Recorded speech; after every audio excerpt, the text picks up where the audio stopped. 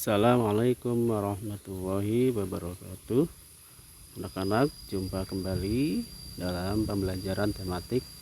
Kali ini kita akan belajar tentang tema 4E, subtema 1, pembelajaran 4, 5, dan 6. Di sini kita akan belajar tentang kerajaan-kerajaan di Indonesia, melanjutkan pada subtema 1, pembelajaran 1, 2, dan 3.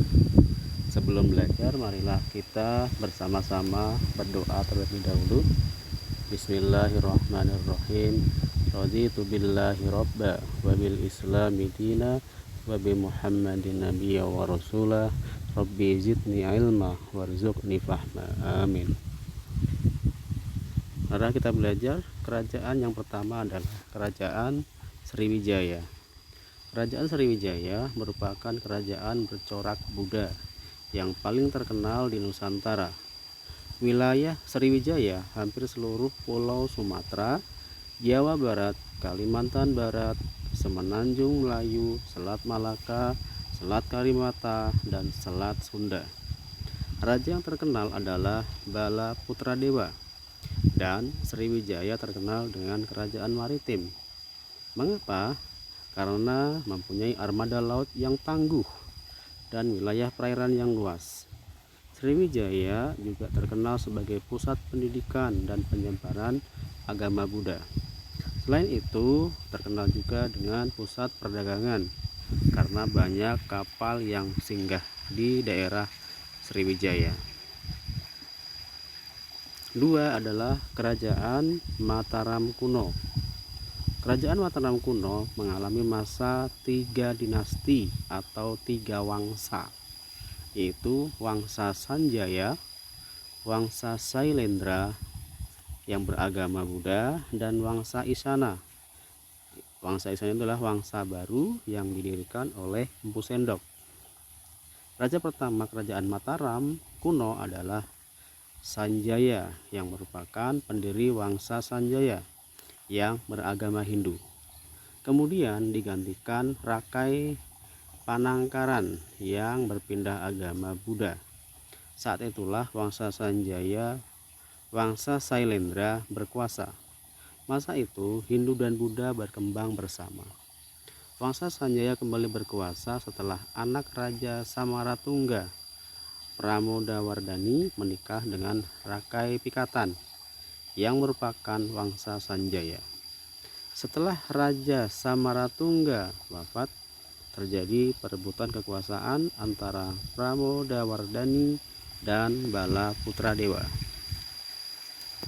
Akhirnya, Rakai Pikatan maju sebagai Raja Mataram kuno menggantikan Raja Samaratungga karena Bala Putradewa mengalami kekalahan dalam perebutan kekuasaan dengan Pramodawardhani dan memulai kembali Wangsa Sanjaya. Wangsa Sanjaya berakhir pada masa Rakai Sumba Diyahwawa.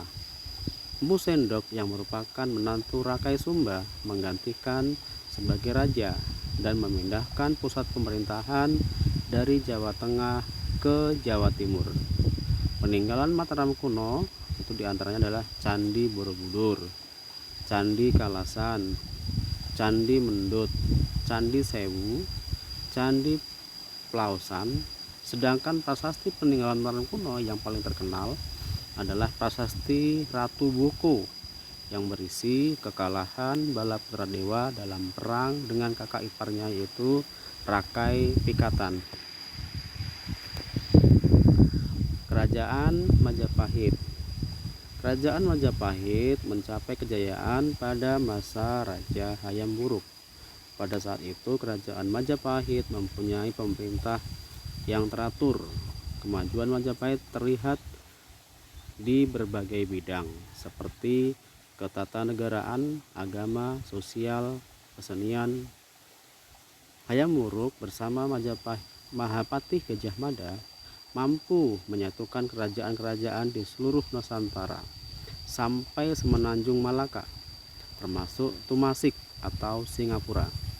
Dalam upaya penyatuan Nusantara, Gajah Mada mengucapkan Sumpah Palapa dengan bunyi sebagai berikut.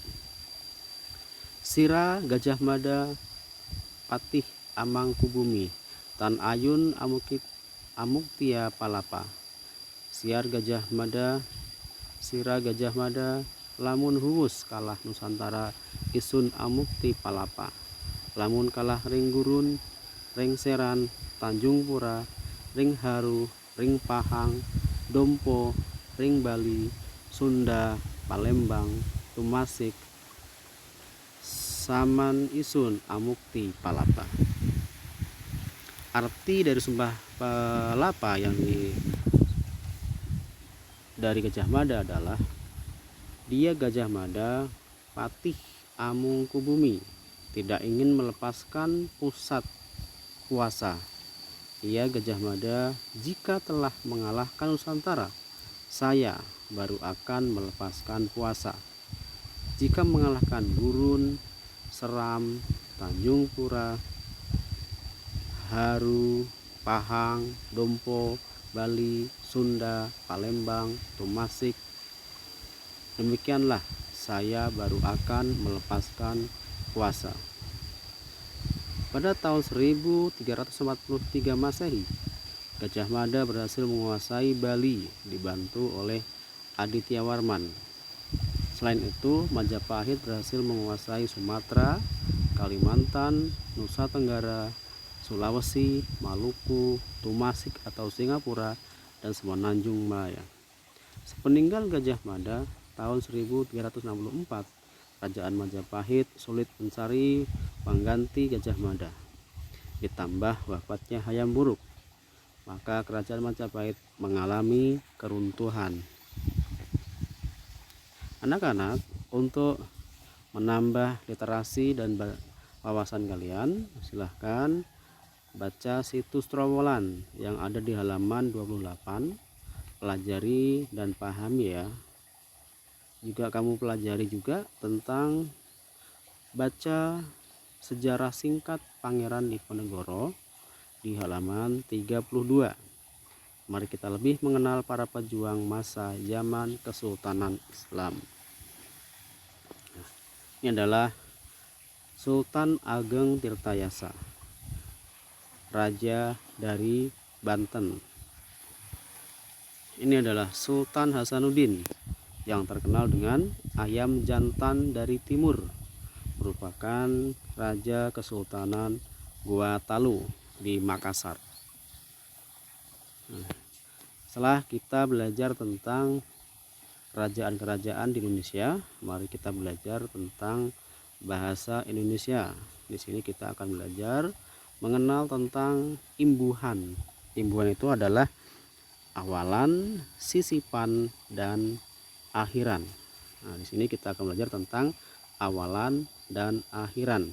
Kean, mei, pean, beran, dan mekan.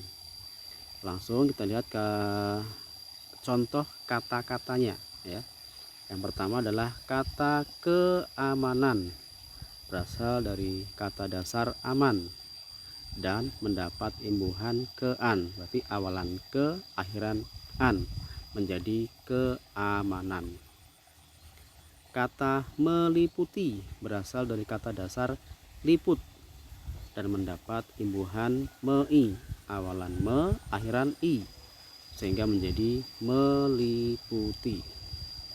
Kata pembayaran berasal dari kata dasar bayar dan mendapat imbuhan pean, awalan pe, akhiran an, maka menjadi kata pembayaran.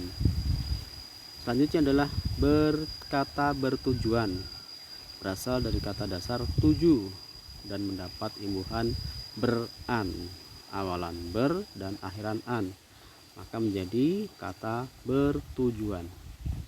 Dan berikutnya kata meningkatkan, berasal dari kata dasar tingkat dan mendapat imbuhan mekan, awalan me dan akhiran kan, maka menjadi kata meningkatkan.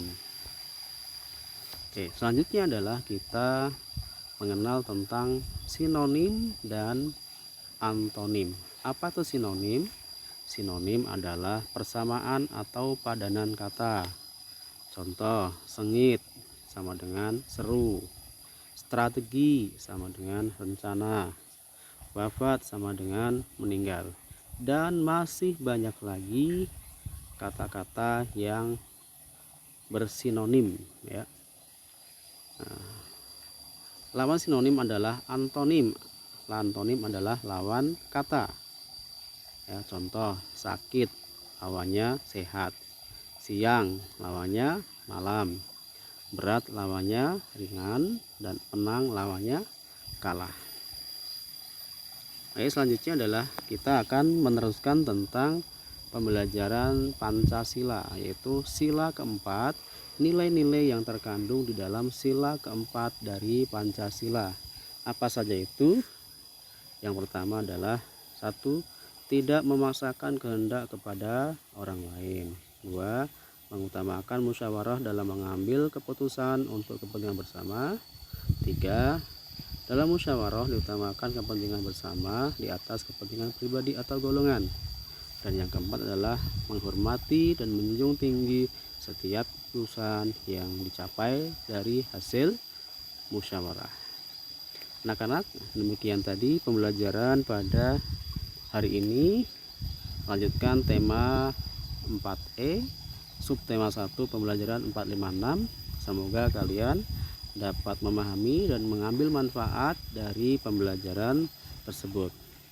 Bapak cukupkan sekian dulu pembelajarannya. Mari kita baca alhamdulillah bersama-sama. Alhamdulillahirabbil alamin. Assalamualaikum warahmatullahi wabarakatuh.